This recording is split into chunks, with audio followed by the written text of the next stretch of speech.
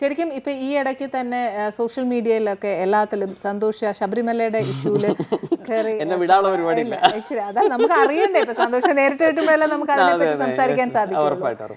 സന്തോഷിന്റെ കാഴ്ചപ്പാട് എന്തായിരുന്നു ഇതിനെപ്പറ്റി?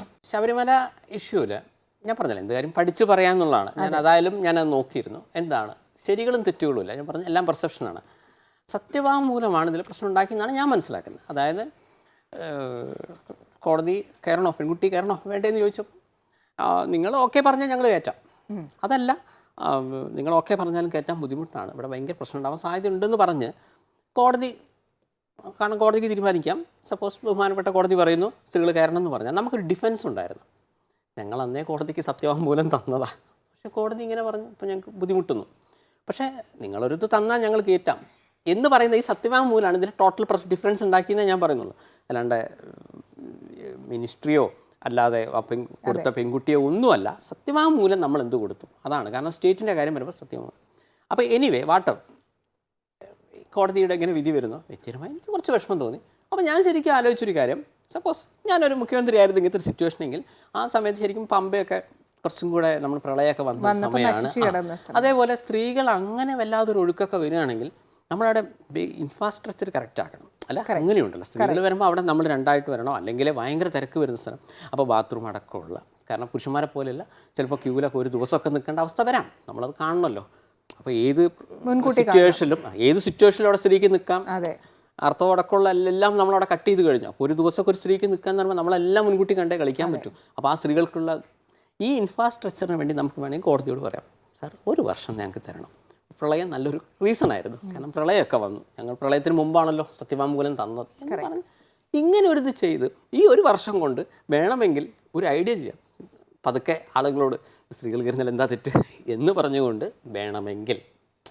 അപ്പോൾ ഒരു വർഷം നമുക്ക് അവിടെ കിട്ടി ഈ മൊത്തം ആളുകളെ മാറ്റാൻ. പക്ഷേ ഗവൺമെൻറ് കുറച്ചൊന്ന് തിരക്കാക്കിയെന്ന് എനിക്ക് തോന്നുന്നു. ശരിക്കും കുഞ്ഞുനാൾ മുതൽ സന്തോഷിന് ഈ ഒരു അഡ്വൈസസ് ആയിരുന്നോ എയിം, അല്ലെങ്കിൽ എന്തിനോടെങ്കിലും ഒരു എയിം ഉണ്ടായിരുന്നോ? ഞാൻ നമ്മുടെ രാമായണോ മഹാഭാരതമോ അല്ലെങ്കിൽ വലിയ മഹാന്മാരുടെ അത് ഇങ്ങനത്തെ കുറേ ബുക്സ് വായിക്കും. അപ്പോൾ അതിൽ ഞാൻ മനസ്സിലാക്കുന്നത് ഇവരൊക്കെ ജീവിതത്തിനൊരു ഉദ്ദേശ ലക്ഷ്യങ്ങളുണ്ട്, ഇവരൊക്കെ അവതരിക്കുന്നതിനൊരു കാരണമുണ്ട്. അപ്പോൾ ഞാൻ ഈ സന്തോഷ് പണ്ഡിറ്റിൻ്റെ ഞാൻ എന്തിനു അവതരിച്ചു, എന്തെങ്കിലും ഒരു ഉദ്ദേശം ഉണ്ടാവില്ലേ. ഞാൻ പറഞ്ഞല്ലോ എപ്പോഴും എൻ്റെ ചിന്തയിൽ ഇങ്ങനെ ചെയ്യുന്നതും ജോലി ചെയ്യുന്നതും ആളുകൾ എന്നാലും ഇങ്ങനൊരു ജോലിയെല്ലാം കിട്ടി. അപ്പോൾ ഞാനിങ്ങനെ എൻ്റെ റാങ്ക് കൂട്ടും, ജോലി കിട്ടി, കേരള സംസ്ഥാനത്ത് 5 ലക്ഷം ആളുകൾ. ഞാനങ്ങനെയല്ല, ഇതിപ്പം ഒരു ജോലി കിട്ടുന്നത് ഇത്രയും വലിയ കാര്യമാണോ, എൻ്റെ ചിന്ത പോലെ. എൻ്റെ കോളേജിൽ ആളുകളിങ്ങനെ ഇനോഗ്രേഷൻ, പെന്നൊക്കെ ഇനോഗ്രേഷൻ വിളിക്കുമ്പോൾ ഞാൻ അങ്ങനെ ആലോചിക്കുന്നു. അവിടെ ഇനോഗ്രേഷനൊക്കെ പോകുമ്പോൾ ഞാനൊരു ക്രൗഡ്, മന്ത്രി വന്ന് ഇനോഗ്രേഷൻ ചെയ്തു, ഞാൻ പിറ്റേ ദിവസം പത്രം നോക്കാം, മന്ത്രിയുടെ ഫോട്ടോ, എൻ്റെ ഫോട്ടോ ഒന്നും വരാൻ ഞാനാര്. ഞാൻ ട്രെയിനിൽ പോവാം, അപ്പോൾ ഞാനിങ്ങനെ ആലോചിക്കും, സപ്പോസ് ഈ ട്രെയിൻ മൊത്തമായിട്ട് ഇപ്പോൾ ഒന്ന് തകർന്നു പോയി സങ്കല്പിക്കാം, നാളത്തെ പത്രത്തിൽ ഇതിലാരെങ്കിലും ഒരു ഫേമസ് ആയ ഒരാളുണ്ടെങ്കിൽ ഇന്ന MLA-യും 5000 പേരും മരിച്ചു, അതായത് ഞാനൊക്കെ ഈ 5000-ത്തിലാണ്. അതെ, നമ്മൾ ക്രൗഡാണെന്ന് എനിക്ക് മനസ്സിലായി. ഇത് സിനിമയിലെ ജൂനിയർ ആർട്ടിസ്റ്റിൻ്റെ റോളാണ് നമ്മളെ. കാരണം ഇപ്പോൾ എല്ലാവരും നൃത്തം വെക്കുന്നു, ഈ ജൂനിയർ ആർട്ടിസ്റ്റിനെ ആരും നോക്കുന്നില്ല, നിങ്ങൾ മെയിൻ നടനെയും നടിയൊക്കെ നോക്കുന്നു. നമ്മൾ ജൂനിയർ, എനിക്ക് അങ്ങനെ ജീവിക്കണം, അതിന് മുകളിലേക്ക് പോകണം തോന്നി. അപ്പോൾ അതുകൊണ്ട് ഞാൻ തിരഞ്ഞെടുത്ത മേഖല സിനിമ തിരഞ്ഞെടുത്തു. കാരണം ജനങ്ങൾക്ക് സിനിമാക്കാരെ ഇഷ്ടം, എനിക്ക് അഭിനയിക്കാൻ താല്പര്യം ഉണ്ടായിരുന്നില്ല. വെറും സംവിധായകൻ ഇവിടെ പുറത്തിറങ്ങി ആരും അറിയുന്നില്ല, അങ്ങനെയും പ്രശ്നമുണ്ട്. ഇവിടെ ഒരു പാട്ട് ഹിറ്റാകുമ്പോൾ ഗായകൻ്റെ പേരിലാണ് അറിയപ്പെടുന്നത്. ആ പാട്ട് ആരാ എഴുതിയെന്ന് വെച്ച് കഴിഞ്ഞാൽ എത്ര പേർക്ക് അറിയാം. അതെ, ഇപ്പം നിങ്ങൾ ചിക്ക് ബുക്ക് റൈലായാലും അല്ലെങ്കിൽ മുക്കാബില റഹ്മാൻ സാറിൻ്റെ പാട്ട് അതാരാ എഴുതി, അങ്ങനെയുണ്ട്. അപ്പോൾ എനിക്ക് മനസ്സിലായി നിങ്ങൾക്ക് ഹിറ്റ് ആവണമെങ്കിൽ പാടണം, പിന്നെ പാടാനുള്ള കഴിവുണ്ടോ എന്നൊക്കെ ഉള്ളത് വേറെ വിഷയം, അത് മാറ്റാം. എനിക്ക് അതായത് മനഃശാസ്ത്രത്തിൽ മാസ് സൈക്കോളജിയാണ്, ഒരു വലിയ സമൂഹത്തിൻ്റെ മനഃശാസ്ത്രമാണ്. ഈ സമൂഹം എന്താണെന്ന് എനിക്ക് കൃത്യമായിട്ടറിയാം.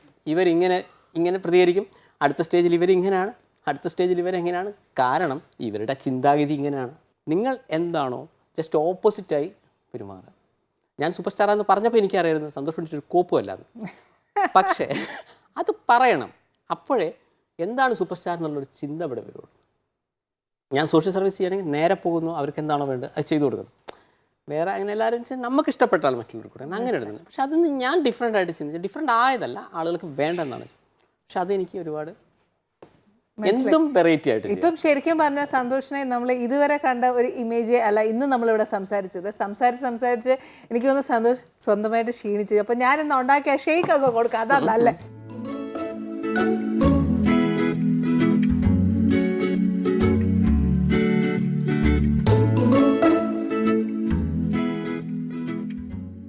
ഞാൻ നിങ്ങളുടെ മക്കളുടെ ആ ഒരു ഷോപ്പാണ് ഞാൻ സന്ദർശിച്ചത്. അതെ അതെ അതെ അതെ, നന്നായിരുന്നു അവിടുത്തെ സ്നാക്സ് അല്ലേ? സ്നാക്സ് നന്നായിരുന്നു, അടിപൊളിയായിരുന്നു. അവരോട് അന്വേഷണം പറയണം. തീർച്ചയായിട്ടും പറയാം.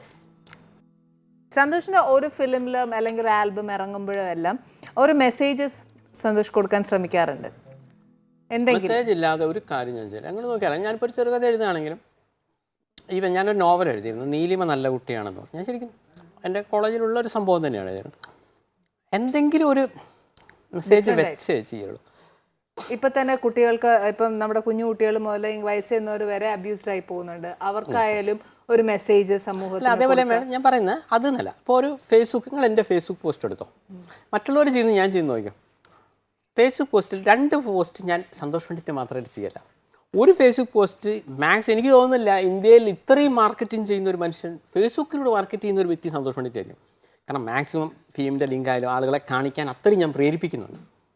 സെക്കൻഡ്, സന്തോഷ് പണ്ഡിറ്റായിട്ട് ഒരു ബന്ധമില്ലാത്ത ഒരു പോസ്റ്റാണ് അത്. അച്ഛൻ പറഞ്ഞത് ഞാൻ കൃത്യമായി പാലിക്കാറുണ്ട്. എവിടെയും 50-50, 100% നമ്മുടെ സ്വാർത്ഥത ഉണ്ടാവും. അത് ബോറാണ് എന്നോട്. അപ്പോൾ അതേപോലെ എല്ലാ വിഷയങ്ങളിലും എനിക്ക് സത്യം പറഞ്ഞാൽ പല വിഷയങ്ങളിൽ എനിക്കെന്തോ അത്ര വലിയ താല്പര്യം ഉണ്ടായിട്ടല്ല ഞാനത് ഇടുന്നത്. കാരണം ജനങ്ങളുമായത് ഉണ്ടാക്കാൻ. ഞാനിപ്പോൾ ക്രിക്കറ്റ് വരികയാണെങ്കിൽ അവിടുത്തെ പിച്ചിനെ കുറിച്ചോ, അല്ലെങ്കിൽ ഇത്രയും വർഷങ്ങളിൽ എങ്ങനെയാണ്, അല്ലെങ്കിൽ ഇവിടെ വേൾഡ് കപ്പ് വന്നപ്പോൾ ഞാൻ പറഞ്ഞ് ഇംഗ്ലണ്ട് കൊണ്ടുപോകും, അടുത്ത ലോകസഭ ആര് ജയിക്കും, BJP ജയിക്കും അല്ലെങ്കിൽ കോൺഗ്രസ് ജയിക്കും എന്ന് നിങ്ങൾ ഇതിൽ ഒന്ന് പറഞ്ഞാലേ നിങ്ങൾക്ക് കുറച്ച് പൊങ്കാല കിട്ടും.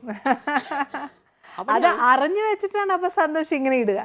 അങ്ങനെ ചെയ്യുമ്പോഴേ, അല്ലാതെ ഞാനൊരു വലിയ ക്രിക്കറ്റ് ഭ്രാന്തനോ വലിയൊരു ഫുട്ബോൾ ഭ്രാന്തനോ അല്ല. ഏത് വിഷയങ്ങളും, ലോകത്തിലെ ഏത് വിഷയവും ഞാൻ സംസാരിക്കുന്നത് യഥാർത്ഥത്തിൽ ജനങ്ങളിതാണ് മനസ്സിലായി. അപ്പോൾ അവർക്കതാണ് വേണ്ടത്. അങ്ങനെ എന്തുകൊണ്ട് ചെയ്യുന്നു? അപ്പോഴെന്തായി, ഇവരും ഞാനും തമ്മിലൊരു ഇവൻ കൊള്ളാം, സന്തോഷ് പണ്ഡിറ്റ് നമ്മളെപ്പോലെ ഒരാളാണ്, ഇതാണ് എനിക്ക് കിട്ടുന്നത്. ഇങ്ങനെ നിങ്ങൾ കുറച്ചുകൂടി ക്ഷമ കാണിക്കും, ഒരു 10 വർഷം കൂടി എടുക്കും, ഞങ്ങൾക്ക് ടോട്ടൽ ചേഞ്ച് മനസ്സിലായി തരാം. അപ്പം നിങ്ങൾക്ക് ശരിക്കും തെറ്റും.